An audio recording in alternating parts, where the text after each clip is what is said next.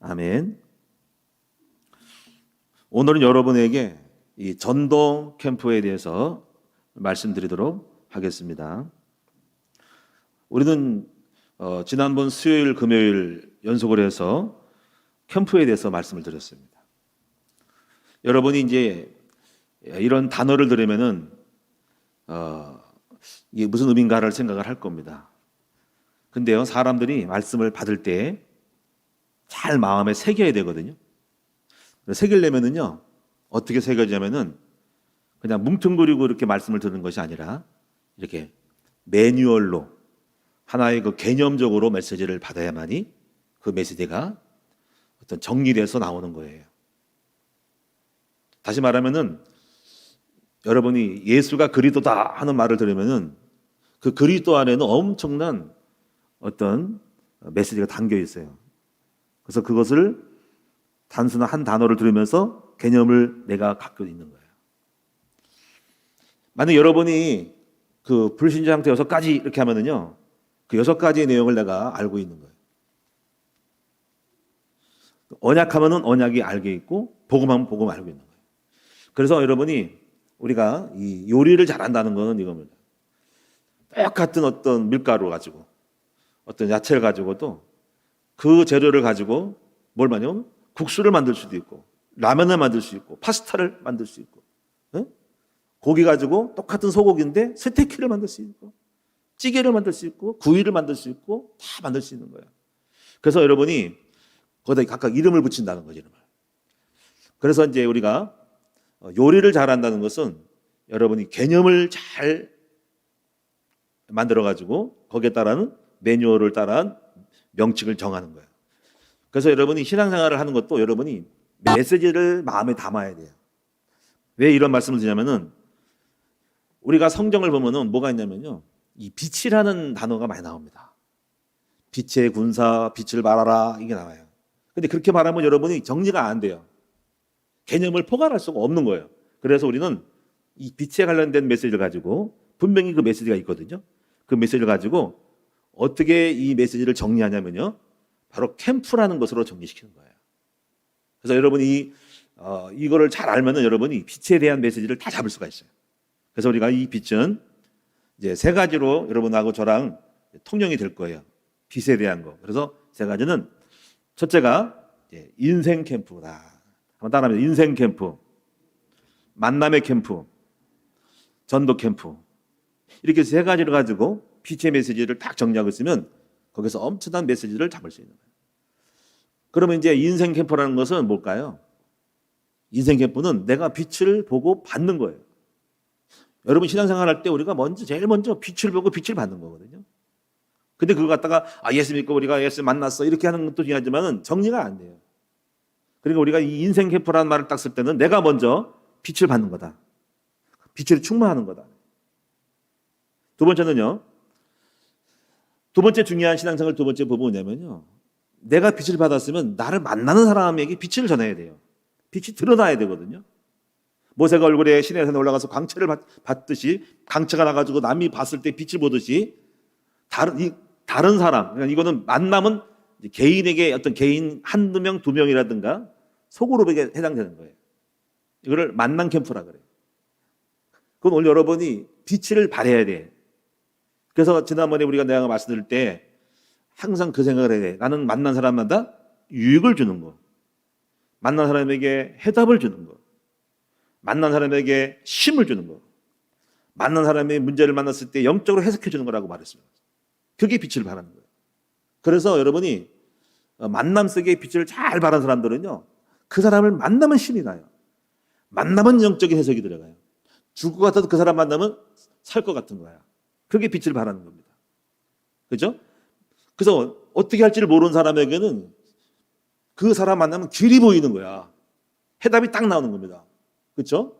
요셉을 만났을 때 바로왕이 딱 만나서 사는 거죠. 예? 이 만남. 그러니까 만남의 캠프를 잘해야 돼요. 당연하게 여러분요, 이제부터 여러분 주변 사람들에게 여러분 해답을 주고 유익을 주고 힘을 주고 축복을 주고 믿음을 주고 용기를 주는 사람이 되는 것이 빛을 발하는 거예요.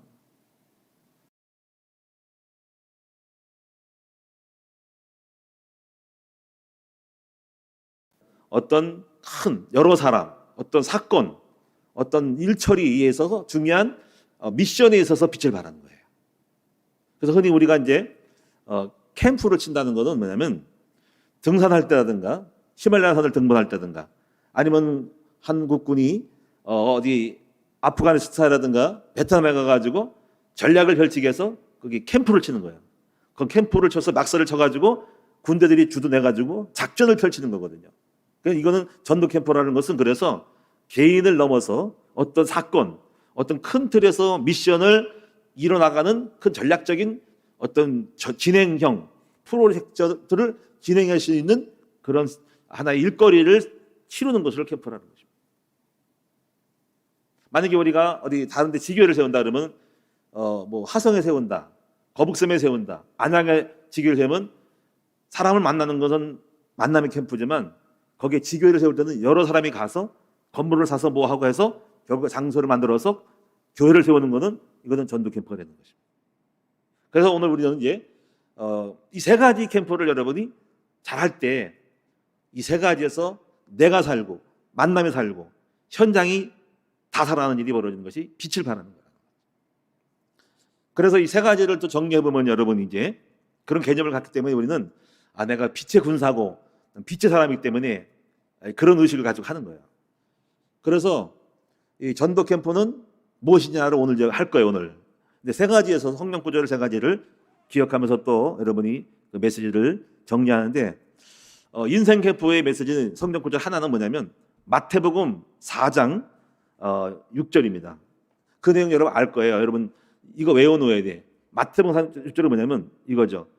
흑암에 앉은 백성이 빛을 보았고, 자 신앙생활은 맨 먼저 빛을 보는 거예요. 우상 숭배하고 절에 다니다가 그리스도를 보는 거예요. 와, 예수님을 봤어. 그 다음에 사망의 그늘에 앉은 자들에게 빛이 비치도다. 그러니까 흑암에 앉은 백성이 빛을 보았고, 그리고 흑암에 앉은 백성이 빛을 보았어. 어두컴컴한 가운데 내가 갈 길을 몰라서 왔는데 저기 길이 있네. 와, 막 중풍병 걸리고 안진병이 돼가지고 38년 된 38년 된 병자가 되고 귀신 들린 여자가 딸이 있고 그런데 흑암 속에 있는데, 근데 거기서 예수님의 소식을 들었어. 그분을 보았어. 그래서 이제 그분에게 갔더니 사망의 그들이 앉은 나에게 빛이 비춰지는 거예요. 이게 바로 인생 캠프라 이거지. 여러분도 이렇게 돼서 오신 거야. 흑암에 앉은 백성, 내가 흑암에 앉았었거든. 저도 이경은이도 흑암에 앉았었어. 사망의 그들이 앉아가지고 슬피 울면서 탄식하면서 죽음의 그늘 속에 어두운 컴컴한 캄캄함 속에 있던 제가 빛을 보았고 빛이 나에게 비쳤어. 그 어느 날 빛이 비쳐가지고 그 빛 가운데로 내가 나온 거죠. 그게 인생 캠프가 된 것입니다. 할렐루야. 그리고 빛을 계속 받았죠. 했더니 말씀을 받고 은혜를 받았더니 은혜의 빛이 임하니까 빛으로 충만했어요. 그래가지고 드디어 어떤 일이 벌어졌어? 저로 하여금 다른 사람에게 빛을 비추는 만남의 캠프가 이루어진 겁니다. 할렐루야. 김상희 사모를 만나서 만남의 캠프가 이루어지고 여러 번을 만나서 만남의 캠프가 이루어진 거예요. 그래서 이 만남의 캠프의 두 번째는 성경 구조는 뭘까요? 이것은 마태복음 5장 14절입니다. 너희는 세상의 빛이라. 그래서 여러분이 그 빛의 비유를 들면서 너희는 세상의 빛이고 소금인데 주님이 이런 말씀했어요. 우리가 어떤 등불을 갖다가 등정 아래 두지 아니하고 숨기지 않는다는 거죠. 등정 위에 두나니 어떤 등정 위에 등불을 비추는 어떤 그 고리에 올려서 모든 사람에게 비친다는 거예요. 그래서 밝히 빛을 아래 둔 사람 없다. 빛을 감춘 사람은 없대. 빛을 비춰서 많은 사람에게 모든 사람에게 빛을 비추는 것이 이것이 바로 만남의 캠프인 거예요. 이렇게 돼야 돼요. 오늘 여러분 속에 있는 빛이 여러분 빛이 드러내서 주변 사람에게 비추는 빛을 비추는 여러분 됐으면 좋겠어요. 말로 비추고 삶으로 비추고 여러분이 사역으로 비추고 전도해서 비추든지 어떤 여러분이 다른 사람에게 영향을 끼쳐야 됩니다. 만나면 문제 해답을 주고 영적으로 해석해주고 낭망한 자에게 힘을 주고 길을 몰라 방황한 어떨 줄 몰라 방황한 사람에게 길을 열어주고 이렇게 해야 한다고 해답을 주는 여러분 되셔야 됩니다. 그럼 이제 세 번째 여러분 이제 전도 캠프는 뭐냐면 이건 열매예요. 열매. 그래서 여러분 에베소 5장 9절에 말씀했죠. 빛의 열매는 뭐라 그러세요? 빛의 열매는 선함과 착한 것과 뭐라 그러세요? 의와 그리고 진실함이라 그랬죠. 그래서 이게 전도 캠프는 열매를 맺는 거예요. 전도 캠프는 살아나는 거예요. 전도 캠프는 여러분이 살리는 거예요. 이 세 가지만 잘하면 끝이야. 이 세 가지로 신앙생활 다 끝났어. 이렇게 여러분이 이런 개념을 알면은 신앙생활의 영적인 눈이 열리는 게 뭐냐면요, 메시지를 들으면서 개념을 이렇게 연결시키고 깨달아지는 것이 이게 은혜를 받는 거예요. 어떤 진리를 갖다가 밝히 비춰주는 거죠. 그래서 여러분이 꼭 기억하시고, 우리 성도들은요, 이제부터 우리가 통해야 돼. 우리 인생 캠프를 잘합시다 그러면은, 아, 내가 살라는 말이구나. 만남의 캠프를 잘하면, 아, 다른 사람에게 빛을 비추라 그러는구나. 다른 사람에게 낭망을 시키고 죽이고 그냥 어둠을 주고 그냥 불신한 걸 주고 잘 모르겠다 그러고 용기를 빼버린, 심 빼버린 사람은 이게 흑암을 뿌리고 있는 거야. 만남 캠프를 전혀 모르는 거야, 이게. 그러니까 여러분, 이 개념을 모르기 때문에 여러분이 만나도 그냥 사람 다 죽이고, 만나도 여러분 실수하고, 만나도 그냥 멍청하게 다른 거예요. 어둠만, 흑암만 죄만 뿌리고 있는 거라는 거예요. 그러니까 여러분이 전도 캠프를 모르는 사람들은요, 살릴 줄을 몰라요. 이그러한 사람들은요, 그런 의식이 딱 바뀌어서, 체질이. 나는 항상 모든 사람을 살릴 거야. 나를 만나면 복을 줄 거야. 나를 만나면 다 살 거야 라는 개념이 있어가지고 사는 짓을 하지 죽는 짓을 안 합니다. 다 살릴 수 있도록 자식을 살리고 부인을 살리고 남편을 살리고 성도를 살리고 친구를 살리고 나를 만나는 모든 단체들이 산다라는 축복을 준다는 생각을 하고 있는 겁니다. 이게 다른 겁니다. 이게 다른 겁니다. 이게 체질화된 거라는 거예요. 오늘 여러분이 이 세 가지 캠프를 잘 하시기 바랍니다. 그래서 이 캠프 중에 기독교의 캠프는 빛의 캠프예요. 빛이에요, 빛. 여러분이요, 이 전쟁에 나간 사람은 전쟁 캠프 하겠지. 전쟁, 미사일 쏘고. 근데 기독교의 캠프는 전쟁 그런 게 아니라 그리스도의 복음의 빛을 발하는 게 우리의 캠프예요. 이게 우리 인생의 캠프예요. 여러분, 예수님은 뭐하러 이 땅에 오셨어요? 전도 캠프하러 오신 거예요. 이 땅에 빛을 비춰가지고 이 사람을, 이 세상의 사람들을 살리려고 오신 거예요. 할렐루야. 그 주님은 이 땅에 오셔서 흑암에 앉은 백성들에게 빛을 비춰주시는 거예요. 아멘. 그래서 우리 예수님은 뭘 잘하셔서? 빛이 커, 어마어마한 큰 빛을 보고, 대형 큰 비춰가지고 전 세계 우주를 비추는 엄청난 큰 빛의 주인공이 되신 거야. 그래서 모든 사람에게, 이 지구상의 모든 인류에게 다 빛을 비춰가지고 빛으로 나온 사람은 다 살아나는 겁니다. 대단한 거죠. 하나님의 전도 캠프, 바로 이 지구를 살리는 것이 하나님의 전도 캠프 하신 거예요. 그래서 우리가 이 복음이라고 하는 것은 빛의 내용이에요. 교회라고 하는 것은 빛을 비추는 장소예요. 전도자라는 것은 빛을 비추는 사람이에요. 전도는 뭐냐면 빛을 비추는 행위예요. 그래서 빛 가운데서 모든 걸 우리가 행해야 하는 거예요. 그럼 오늘 여러분이 이제 이 전도 캠프가 뭐냐면, 딱 한마디 말하면 전도 캠프는 사람을 살리는 겁니다. 현장을 살리는 것이, 살려주는 것이 바로 캠프입니다. 여러분도 오늘 지난 생애를 살면서 나를 통해서 얼마나 많이 살렸는가를 봐야 됩니다. 여러분, 우리는 제 지난 날에도 보면은 참 감사하게도 은혜로 저를 통해서도 살렸어요. 할머니를 한 분을 모셔가지고 살린 것도 있고, 입양을 해서 살린 것도 있고, 우리 큰나무 교회 목회를 통해서 많은 사람들이 예수 믿고 세례받고 살아난 것도 있습니다. 하여튼 살리는 겁니다. 앞으로 살리기를 원하고, 영원토록 살리기 원하고, 우리 큰나무 교회 성도들이, 큰나무 교회가 이 지역을 살리고 세계를 살리는 겁니다. 대통령을 누굴 뽑을까요? 살리는 사람을 뽑으면 끝나는 겁니다. 나라를 살리고 경제를 살리고 국방을 살리고, 응? 모든 잘못된 것을 다시 돌이켜서 살리는 사람들이 최고. 누가 더 많이 살리다가 그 사람이 대통령이 돼야 됩니다. 죽이는 거는 뽑으면 안 돼요. 죽이는 사람들은 다 죽여. 부동산을 죽이고 땅을 죽이고 교회를 죽이는 사람은 뽑으면 안 돼요. 교회를 죽여요. 교회를 죽여. 지난번에 어느 민주당이가 어디서 그랬잖아요. 30몇 명이 교회 폐쇄법을 발의했다는 거예요. 예? 이게 작년에 21년도에 나는데, 예? 여러분이 이제 교회를 죽여요? 그게 무슨 당입니까? 그게 어떤 당입니까?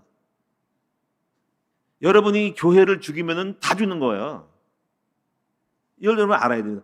어느 정치인이, 어느 당이 교회를 살리고, 교회 살려야지 다 사는 거예요. 살리는 사람을 뽑아야 된다. 여러분, 오늘 본문의 이 나발과 아비가일 이야기는 간단한 거예요. 여기 내용에서 내가 옛날에 우리 여성에 대한 아비가일 얘기했지만은 그걸 말하는 게 아니라 살리냐 죽냐만 딱 보시면 됩니다. 여러분, 먼저 다윗은요, 그 나발의 집을 살렸어요. 그는 군사가 있었어요. 근데 그 설명하는 거 보면 그러잖아요. 그 너희들 집에 가서 한 마리 양도 잃어버리지 않았다는 거죠. 우리는 어떤 생각을 할까요? 권력이고 힘이 있으면요, 백성 군인들이 있으면요, 야, 돌아다니는 거 강력하게 군인의 능력으로 권력 가지고 힘을 가지고 양 잡아와. 잡아다가 삶아 구워 먹고 없애는 거지. 그러면 꼼짝도 못 하는 거지. 그렇게 하면은. 그렇죠? 근데 다윗은 신사적이어서 그렇게 하지 않았습니다. 분명히 그럴 수 있습니다. 강압적으로 양 잡아가지고 동물 잡아가지고 잡아먹을 수 있는 거예요. 근데 그렇지 않았어요. 그리고 정중히 찾아가는 거죠. 근데 나발은 어떻게 했어요? 나발 사람은 어디서 온 놈인가? 주인을 떠나서 돌아다니는 놈이 많다니 하면서 거절했잖아요. 그 나발은 살리지 못하고 죽였어요. 근데 아비가일은 또 그래서 다윗이 그 사람들을 공격하려고 괘씸하다 해가지고 가려다가 아비가일이 쫓아가가지고 또 말로 해서 또 살렸죠. 그러니까 여러분 보세요. 다윗은 살려주는 사람, 나발은 죽이는 사람, 아비가일은 다시 살리는 사람. 그리고 살려주는 사람은 다시 또 자기가 살림을 받죠. 아비가일은 다윗에게 결혼하게 되죠. 죽이려는 사람은 하나님이 죽여버리죠. 그러니까 우리가 여기서 우리는 복음을 알 수 있는 거예요. 살리느냐 죽이느냐가 있는 거예요. 그래서 오늘 여러분이 첫 번째로 여러분 이제 전도 캠프에 대한 거를 제가 성경에서 살리는 사람에 대한 이야기를 한번 찾아볼게요. 여러분 같이 생각을 해봅시다. 첫째, 최고의 전도 캠프는 누구냐면 예수님이 이 땅에 오신 겁니다. 마가복음 10장 45절에 보니까 이렇게 말씀을 했어요. 자기 목숨을 많은 사람들의 대속물로 주어 이건 죄와 사망에 건지고 우리에게 영생을 얻게 하신 것입니다. 요한복음 7장 38절에 보니까 이렇게 말씀했습니다. 나를 믿는 자는 그 배에서 생수의 강이 흘러나오리라. 요한복음 10장 10절에 이렇게 말씀했습니다. 인자가 온 것은 양으로 생명을 얻게 하고 더 풍성히 얻게 하려는 것이라. 마태복음 18장 7절에 보니까 이렇게 말씀했습니다. 실족하는 일이 없을 수는 없으나 실족해 하는 그 사람에게는 화가 있다. 실족이라는 게 뭐냐면 여기서 실족은 사람을 죽이는 거예요. 그러니까 실족이 나쁜 거예요. 마태복음 5장 22절에 이렇게 말씀했습니다. 나가라 하는 미련한 놈이라고 하는 사람은 남을 미워하고 남을 묵살한 사람은 죽이는 거라는 거죠. 그리고 또 그 말씀에 십계명을 설명하면서 간음한 연고 없이 아내를 버린 자도 그 아내를 죽이는 거라는 거예요. 결국 주님의 관점은 뭐냐면요, 사람을 죽이는 것이 굉장히 나쁜 것임을 주님이 지적하고 있는 거예요. 실족, 낙심, 어떤 욕, 미련한 놈이라고 그 사람을 비하해서 말하는 것들, 이런 것들은 전부 다가 그 사람을 낭망하게 하고 죽이는 거예요. 그러니까 죽이는 곳에서 주님은 포커스가 있는 거예요. 우리는 용기를 줘야 되죠. 훌륭하다고 말해줘야 됩니다. 여러분, 간음한 연고 없이 아내를 버리는 것은, 간음하면 그런 사유가 있죠. 근데 그냥 버리는 것은 한 사람의 인생을 망치고 묵살시키는 거예요. 그래서 하나님의 예수님이 미워한 거예요. 왜 이유 없이 그렇게 아내를 버리냐? 한 여인을 갖다가 묵살시키고 여러분 쓰레기통에 쳐맞는 것 같이 그 인생을 파괴시키는 것이 죽이는 거라는, 그걸 비유하는 거예요. 그래서 여러분 예수의 관점은 생명이고 바리새인의 관점은 그것도 모르고 율법으로 막 말하고 올바른 말을 하는데 다 죽이는 것 때문에 여기서 차이가 있는 겁니다. 복음은 살리는 것이고 율법은 죽이는 거예요. 우리는 여러분이 그 관점을 알고 우리는 우리를 통해서 살아나야 되고, 우리가 어떤 말 옳은 말을 해도 그것이 사람을 낙심시키고 죽이면 죽이는 거예요. 이 관점을 여러분 잘 아셔야 됩니다. 여러분, 성경에서 우리가 이 전도 캠프를 잘한 사람이 누구냐면 바로 노아입니다. 노아는 방주를 지어서 8식구를 살았죠. 8식구만 산 것이 아니라 그 당시 사람들이 말을 안 들어먹어가지고 8바퀴 모두 건진 거예요. 다 살려고 했습니다.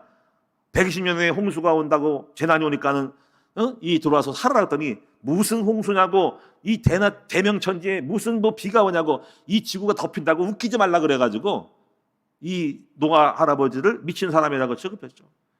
비가 올 거라고 산 꼭대기에서 배를 졌을 때 그걸 누구나 알았겠습니까? 노아의 방주는 뭐냐면 전도 캠프예요. 사람을 살리는 캠프를 한 겁니다. 이게 전도 캠프입니다. 이 만남이 아니고 캠프예요. 캠프는 어떤 미션이에요. 큰 틀에서 어떤 여러 사람을 살리는 겁니다. 큰 작업이고 오래 걸리기도 하고 10년이고 20년이고 120년이 걸리는 작업이었고, 다양한 사람이 살아가는 것이 캠프입니다. 지금 우리 큰나무교회는 전도 캠프라고 했는 거예요. 그동안 27년 동안 캠프해 온 겁니다. 하나님이 우리를 통해서 전도 캠프를 통해 가지고 이 지역을, 우리 큰나무교회를 살리고 앞으로 더 앞으로 살릴 수 있는 이 전도 캠프를 지금 진행하고 있는 거예요. 모세, 그다음에 모세는 또 어떤 캠프를 했어요? 출애굽 사역을 통해서 하나님이 예비된 사람을 통해서 이스라엘 백성 노예로 죽어가는 애굽의 노예했던 사람을 200만 명을 다 구출해낸 거예요. 이게 전도 캠프입니다. 우리는 여러분이 여기서 전도 캠프라는 것은 시간이 오래, 노아 같은 경우는 시간이 오래 걸립니다. 남이 이해가 안 돼도 할 수 있는 것이 캠프고요. 모세 같은 캠프는 한 사람의 준비를 통해서 장구한 80년의 세월을 통해서 120까지 일했거든요. 40년 동안 일했거든요. 80세에 일했거든요. 그러니까 한 사람의 실력자를 준비하고 예비되면서 구원해 주는 하나님의 미션입니다. 하나님은 모세에게 80년을 기다렸습니다. 40년 왕궁에서 있었고 미디안 강에 40년 있으면서 80년. 그러니까 이 전도 캠프는 시간이 오래 가요. 우리가 지교에 세는 것도 금방 안 되는 것도, 우리가 국정업도 금방 안 되는 것도 이유가 있는 겁니다. 큰 것일수록 오래 갑니다. 그리고 굵직한 일이 벌어지기 때문에. 그래서 우리는 결코 낙심하지 않고 장구한 계획을 세우고 있는 거예요. 캠프를 한 사람들은요, 조급하지 않아요. 조직과 시스템과 장래에 있을 것들에 대한 것을 구상하면서 가는 겁니다. 자, 오늘 여러분도 놀라운 이 전도 캠프 역사들이 여러분 통해 이루어지기를 축원을 드립니다. 제가 이 출애굽에 대한 얘기를 찾다가 어떤 하나의 그 사건을 제가 이게 좀 배우게 됐는데, 그것은 이레네 샌들러라는 사람의 유대인 구출을 하는 어떤 이 전도 캠프를 봤는데, 이들이 전도를 깨닫기보다도 옛날에 우리가 영화에서 우리가 신들러 리스트를 봤죠. 신들러 리스트 본 사람 있죠. 근데 이거는, 이 사람은 다른 거예요. 이 사람은 여자예요. 근데 이름이 비슷해. 오스카 신들러는 군수 물품을 가지고 군수 공장을 해가지고 거기서 일하는 유대인들을 일시켜가지고 그 유대인을 구출한 사람이고, 이레나 샌들러라는 사람은 폴란드 여자야. 오스카 신들러는 오스트리아 사람이야. 근데 폴란드 사람인데, 여자인데, 독일 나치로부터 2,500명의 아이들을, 자녀들을, 어린이들을 구원한 사람이 이 사람이, 이 사회복지사예요. 폴란드 바르샤바에서 출생을 했습니다. 근데 아버지가 의사예요. 의사인데 이 아버지가 진료하다가 전염병으로 돌아가십니다. 그래서 살 길이 막막했어요. 그랬더니 주변에 있던 유대인들이요, 이 사람을 도와줘요. 생활을 도와주고 공부를 시켜줍니다. 그래서 유대인들에 대한 고마움을 잊을 수가 없어요. 그래가지고 바르샤바 사회복지국으로 근무하는데, 그때 이제 2차 대전이 일어나면서 나치가 장악을 하게 됩니다. 그래서 이 사람이 자기가 은혜 받은 거 있어가지고 유대인 탈출을 돕는 제코타라는 단체, 어린이 단체 구조팀의 리더로 이 사람이 봉직을 해요. 그래서 수용소를 개토라 가는데, 수용소를 마음대로 이 사람이 출입을 하게끔 돼 있었어요. 그래가지고 몰래 어린이들을 자기 차에다 싣고 나와가지고 카톨릭 수녀원에 숨기고, 그리고 또 어떤 다른 폴란드 가정에 그 아이들을 몰래 연결시켜가지고 집어넣고 2,500명가량을 다 구원했어요. 이 여자가.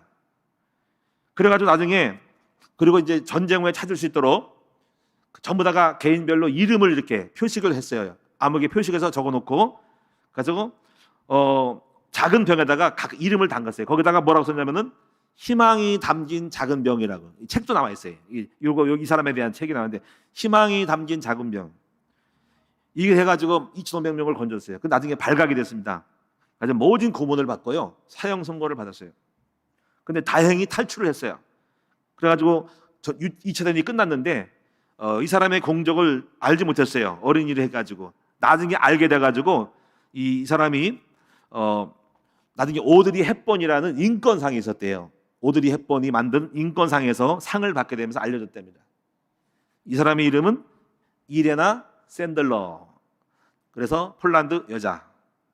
그래서 이런 사람들이 한 시대에 우리가 지역마다, 상황마다 바로 사람들을 살리는 수많은 훌륭한 사람이 많이 있죠. 이 사람들 중에 뭐가 한 거예요?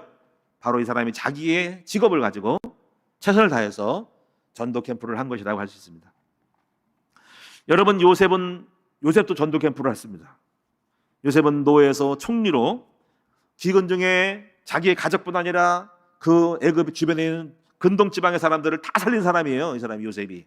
이 사람도 자기의 지혜와 능력을 가지고 정치인으로 올라가서 곡식에 대한 운영을 해가지고 수많은 사람을 살리는 거예요. 이 사람도 일종의 뭐예요? 자기 직업을 가지고 전도 캠프를 한 거예요. 사무엘과 다윗도 전도 캠프를 했습니다. 사무엘은 지도력 가지고 하나님의 음성을 듣고 말씀을 선포해서 살렸고요. 다윗은 고넬료를 꺾음으로 말미암아서 이스라엘 백성을 블레셋으로부터 건진 캠프라는 사람인 거예요. 나중에 왕이 되어서 이스라엘 사람을 다 살린 사람이 되었어요. 여러분, 사도 바울도 전도 캠프의 사람이에요. 이 사람은 예수님 다음으로 제가 볼 때 이 복음서를 기록을 해가지고 이 복음서를 통해 가지고 어떻게 보면 기독교를 다 살렸어요. 이 복음서를 통해 가지고 바울서에서 13권을 가지고 어마어마한 영향을 입혀가지고 이 복음으로 말미암아 로마서 이 사람 만든 거거든요. 에베소서 이 사람이 지은 거거든요. 빌립보, 골로새를 다 이 사람이 지은 거거든요. 이 사람은 자기의 재능, 바로 메시지를 가지고 편지서를 가지고 그 내용을 가지고 살린 거예요. 근데 이 바울은 각오는 그렇지 않았죠. 이는 흑암의 아들이었죠. 예수님 사람을 잡아 죽였던 사람인데 예수님 만난 이후에 빛을 받은 후에 빛의 군사가 되어서 현장 캠프를 잘하는, 전도 캠프를 잘하는 사람으로 가서 평생도록 선교사로 소아시아 마게도냐를 다니면서 편지를 쓰면서 기독교 역사에 엄청난 영향을 입히고 살렸던 사람이 사도 바울입니다. 전도 캠프를 최고 잘한 사람이에요. 우리는 여기서 고린도전서 8장 14절에 보니까 바울이 굉장한 사상을 갖고 있었어요. 이는 이렇게 말했잖아요. 자기가 어떤 제사 음식을 먹다가 초신자가 연약한 사람이 그 음식을 먹는 걸 보고 자기도 먹다가 실족을 했다 이거야. 자기도 모르고 따라서 먹다가 갑자기 우상 먹은 거에 대한 끄림직한 것이어가지고 시험 들어가지고 죽을 것 같은 생각일 때 자기가 먹는 자유로 내가지고 그 연약한 사람을 실족했다 해가지고 바울은 고백을 하잖아요. 나는 절대로 남을 연약한 사람 실족이기 때문에 나는 그 사람이 실족한다면 평생도록 고개를 먹지 않겠다라고 고백한 내용이 나와요. 이걸 보면은 바울은 의식이 뭐냐면 절대로 나를 통해서는 사람이 실족하지 않고 다 살아나야 되겠다는 그 생명의식을, 캠프식을 갖고 있었던 걸 알 수 있어요. 여러분도 의식을 가져야 됩니다. 절대로 여러분이 뭘 알고 해야 돼요. 내가 하는 말과 행동과 모든 것이 살리느냐 죽이냐의 관점에 봐야 돼요. 근데 바리새인들은 전혀 몰랐어요. 바리새인들은 지식을 자랑하죠. 율법을 자랑하면서 자기들 옳다고 하면서 결과적으로 다 죽였어요. 옳은 말인데 죽였다 이거예요. 이게 차이 있는 겁니다. 율법은 선한 건데 그 올바른 말하는 그 자체가 사람을 죽이면 그건 틀린 거라는 거예요. 그것이 외식하는 거고. 그래서 예수님 뭐라 했어요? 이 독사의 새끼들아 그랬어요. 독사의 자식이 있습니다. 독사의 새끼는 입에서 독이 있어가지고 물으면 독이 뻗어나가지고 뼈 뿜어난다더라. 독을 뿌린대요. 쫙 뿌린대요. 물면 독이빨에서 독이 나오고. 그러니까 하는 말마다 독인 거예요. 그래서 예수님의 바리새인들 갖다가 이 독사의 자식들하고 하는 거예요. 그들은 율법적으로 온전하고요 완벽했다고 자부하지만은 이것이 함정인 거예요. 올바른 말을 한다고 그 다 올바른 거 아니고 결국 그 올바른 말이 사람을 살리냐 죽이냐에 따라서 결과에 따라서 그것이 올바른 말은 틀릴 수가 있다는 겁니다. 우리 왜 올바른 말을 못하겠습니까? 근데 말하면 죽는 거죠. 약한 사람에게 내가 알보니 올바른 말을 해도 그 사람이 죽으면 나는 죽인 거예요. 나는 말을 잘했으나 그 사람은 결국 죽었어요. 그럴 땐 차라리 말하지 않고 그 사람 살리는 거죠. 이런 거를 알아야 됩니다. 내가 말을 할 수 있어요. 근데 그 사람이 죽어요. 그럼 말하지 않는 거예요. 다음에 말하는 거예요. 나중에 알게 되기를 바라는 거죠. 그래서 결국 살아납니다. 그래서 여러분 초점이 뭐냐 이거예요. 살려야 돼요. 살려야 된다. 죽이면 아무리 좋은 것도 끝나는 겁니다. 가늠하다 잡힌 여자가 있습니다. 이 바리새인들은 이 여자를 끌고 와가지고 예수를 죽이고 어떻게 흠을 잡으려고 해서 끌고 왔어요. 이 여자를 어떻게 할 겁니까? 율법엔 이 여자를 가늠하면 당신 어떻게 할 겁니까? 한 거예요. 예수님도 율법대로 하면은 죽여야 되죠. 근데 예수님은 거기에 묘수가 나온 거지.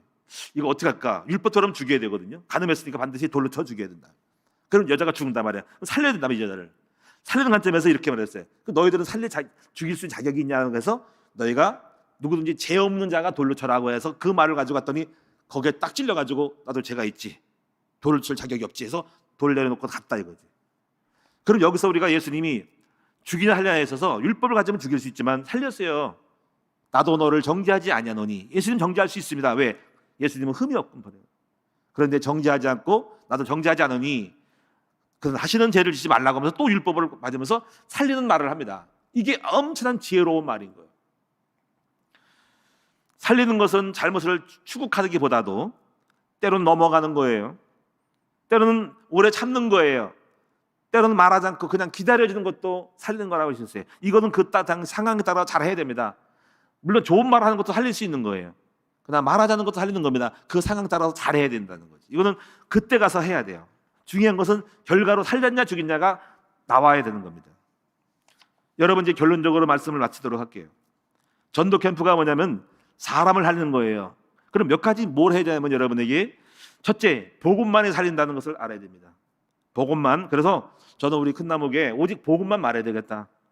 두 번째, 이런 말씀, 요한복음 6장 63절에 이렇게 말씀했어요. 살리는 것은 영이니 육은 무익하니라 그랬어요. 그래서 여러분이 살리는 것은 영이기 때문에 영적 행위를 해야 돼요. 오늘 우리 영성개발에서 여러분이 그동안에 과거에 우리 개척교회 때부터 철회하고 기도했던 것을 말씀드렸는데 너무 훌륭하게 잘한 거예요. 이것 때문에 우리가 살았어요. 기도해서 살았고 영적을 추구했기 때문에 교회가 사는 거예요. 만약에 육으로 갔다면 영성이었다면 육은 무익한 거예요. 육은 다 죽였을 거예요. 그래서 여러분 요한복음 6장 53절에 이렇게 말씀합니다. 내 살을 먹고 내 피를 마시는 자는 영생을 가졌고 마지막 날에 내가 그를 다시 살리니 그랬어요. 그래서 내 살을 먹고 내 피를 마시는 것을 해야 돼요. 그래서 여러분 교회 와서 오늘 말씀을 듣는 것이 바로 예수의 살을 먹는 거예요. 말씀 여기서 와서 기도하는 것이 예수의 피를 마시는 거예요. 철회하는 것도 기도해서 피를 마시는 거예요. 훈련받고 그것도 예수의 영의 양식을 먹는 거예요. 말씀 공부하러 다니고 그것도 영의 양식을 전달하는 거예요. 말씀 공부하러 와서 같이 앉아서 공부하는 것도 영의 살리는 일을 하고 있는 거예요. 그래서 오늘 여러분 살려면 뭐 해야 돼요? 영적 행위를 하고 영적 삶을 살아야 사는 거예요. 안 그러면 죽어요. 저희도 우리 자녀들을 이제 매일매일마다 우리 드보라하고 우리 여우사하고 또 저 우리 김상희 사모가 돌아가면서 성경을 10장씩 읽고 있어요. 10장씩 매일매일 읽어요. 예전에 벌써 이사회가 끝나가지고 창세기 어떻게 끝나가지고 하더라. 그러니까 그것이 영적인 행위예요. 이걸 해야만 사는 거예요. 어쨌거나 막 지나가는 것도 나중에 알아듣고 생각나게 하실 거예요. 자꾸 뭘 해야 돼. 영적인 행위를 해야 돼요. 가정 예배를 드려야 되는 거예요. 그래서 영적인 행위를 해야 사는 거예요. 그 다음에 여러분이 전도 캠프 가냐면 이렇게 해야 돼요. 희망을 주는 말을 해야 돼요. 희망을 주는 말이 살리는 말인 거예요. 부정적인 말을 하는 사람은 죽이는 거예요. 낙심시키면 안 돼요. 그래서 여러분이 말을 조심해야 돼요. 목사님 안 될 것 같아요. 큰일 났어요. 코로나 때문에 큰일 날 것 같아요. 큰일 났어요. 그러면 안 돼요. 여러분이 그런 거 별거 없어 이렇게 생각하는 거예요. 별거 있죠. 그러나 그렇게 있다고 문제 시작시켜가지고 큰일 났다고 생각하면 안 되는 거야. 걱정돼. 무슨 걱정될 게 뭐가 있다고. 별거 없어요. 괜찮아요. 그래서 희망을 줘야 되는데 낙심과 근심과 두려움을 주면 안 되는 겁니다. 조금 어려움 당하면 큰일 났어요. 뭐가 어려울 것 같아요. 망할 것 같아요. 교회 큰 문제 생겼어요. 뭐가 큰 문제 생겼어요? 별것도 아닌 거 가지고. 여러분이 이걸 잘해야 됩니다. 집안에 있는 것도 마찬가지예요. 그 자체에 대해서 여러분이 부정하는 게 아니고요. 중요한 거는 사람의 심리예요. 불신앙이 팽배하고 패배의식이 팽배하면 끝나는 겁니다. 그래가지고 이스라엘 민족이 10명의 정탐꾼이 와가지고 우리는 큰일 났어요. 우리는 메뚜기 같고요. 그들은 장대하고 우리는 죽었어요. 끝났어요. 할 수 없어요. 했더니 다 슬피 울면서 다 여러분 좌절했잖아요. 이게 문제인 거예요. 그래가지고 하나님이 불신앙하는 말을 사람들을 다 미워가지고 그들이 가나안 땅에 못 들어간다 그랬잖아요. 이게 문제인 거예요. 항상 교회라 가정과 직장 생활에다 항상 뭐예요? 부정적인 말을 하면 안 되는 거예요. 그래서 여러분이 살리는 현장을 많이 만드셔야 됩니다. 이것이 전도 캠프입니다. 저는 초점이 뭐냐면 살리는 현장을 만든다. 그래서 여러분이 가정도 살리는 가정이 돼야 돼. 그래서 가정 예배 드리고요. 산업장도 여러분이 늘 살리는 현장에 되면 말씀이 들어가야 되고 말씀 공부를 해야 되고 지교회를 세워야 돼요. 산업지교회. 그리고 여러분이 지금 우리가 성교원을 세우잖아. 3월달에. 여기 성교원 어린아이를 살리는 것이 성교원이에요. 리더스쿨은 초등학생들을 살리고 중학생을 하는 것이 리더스쿨입니다. 카페도 생명나무 카페도 그래서 생명나무잖아. 생명나무 카페 오면 사는 거예요. 영혼의 안식을 얻고 대화를 하고 교제하면서 사는 거예요. 살리는 것이 카페입니다. 모든 훈련이 사는 거고 주일학교가 사는 거예요. 3월달에 우리 청작을 해야 됩니다. 청작하고 청소년들을 살리는 겁니다. 2월달에 예비 목자학교를 합니다. 앞으로 목자될 사람을 살리는 거예요. 살릴 사람들을 살려주는 사람들을 만들어내는 것이 예비 목자학교예요. 그래서 그런 초점으로 살리는 현장을 많이 만드는 것이 캠프를 하고 있는 거예요. 국영업도 우리가 앞으로 살리는 법인체를 만드는 것입니다. 마지막으로 여러분이 모든 사람이 복음 전도자가 되셔서 다 살리시기 바랍니다. 그래서 전도자라는 뜻은 뭐냐면 사람을 살리는 사람이라는 동의어가 됩니다. 에스겔서 47장 9절에서 이렇게 말씀했습니다. 이 강물이 흐르는 곳마다 번성하는 모든 생물이 살아나고 바닷물이 되살아나겠고 이것이 흐르는 각처가 살 것이라고 분명히 에스겔 40장의 9절에 분명히 말씀해요. 살아난다고 했던 거예요. 살린다는 거예요. 살린다는 거예요. 이것이 복음인 거예요. 우리는 어디를 가든 간에 무엇을 하든 간에 살리는 사람이 되기를 축원합니다. 잘 생각하셔야 해요. 내가 하는 말이 죽이는 것이냐, 내가 하는 행동이 죽이는 것이냐, 살리는 것이냐 해야 됩니다. 말씀으로 살려야 됩니다. 봉사로 살려야 됩니다. 물질로 살려야 됩니다. 직분으로 재직은 뭐냐? 사람 살리는, 교회를 살리는 사람이 재직이라는 거예요. 그래서 여러분이 살리는 것에 뭐가 있어요? 생명이 있어요. 살리면 행복이 있어요. 여러분 행복하십니까? 살아서 행복한 거예요. 평안이 있습니다. 만약에 살리지 못하면 뭐가 있습니까? 죽음이 있고 불행이 있고 불평과 원망이 있어요. 살리는 것은 감사가 있어요. 그리고 살리는 것은 사랑이 있어요. 못 살리면 미움과 원망이 있어요. 여러분 살리는 것은 뭐가 있냐면 부흥하고 번성하는 거예요. 우리 큰나무교회가 살렸기 때문에 지금까지 온 거예요. 살리는 것은 사람이 모여야 됩니다. 물가에 사람이 왜 몰릴까요? 물가가 사람들을 살리기 때문에 그래요. 거기서 플랭크톤이 있고 물고기 있고 거기에 동물이 모이고 있기 때문에 거기는 먹거리가 있어 그 살리는 곳에 다 모이는 거예요. 근데 죽이는 곳은 안 모입니다. 교회가 부흥이 안 되냐? 죽이기 때문에 그런 거예요. 살려만 보세요. 다 오게 돼 있죠. 이걸 알고서 해야 됩니다. 죽이는 곳은 사람이 떠나가고 살리는 곳은 사람이 모인다. 교회와 기관이 붕괴되는 이유는 뭐냐면 살리는 것이 많았기 때문에 오는 거예요. 앞으로 우리 큰나무교회가 살리는 교회가 되려면 모든 사람이 다 살리는 사람이 되면요 여러분 통해 수많은 사람이 몰려들 겁니다. 이것이 하나님의 뜻입니다. 오늘 여러분 살리는 전도 캠프를 잘 하시는 큰나무교회 저와 여러분 되시기를 주님의 이름으로 축원합니다. 기도합니다. 살아계신 아버지 하나님 고맙고 감사합니다. 캠프에 대해서 알게 하여 주옵소서. 인생 캠프, 만남의 캠프, 전도 캠프를 잘해서 빛의 군사들이 되게 하여 주옵소서. 우리 큰나무교회는 빛의 군대입니다. 축복하여 주시옵소서. 예수님의 이름으로 기도하옵나이다. 아멘.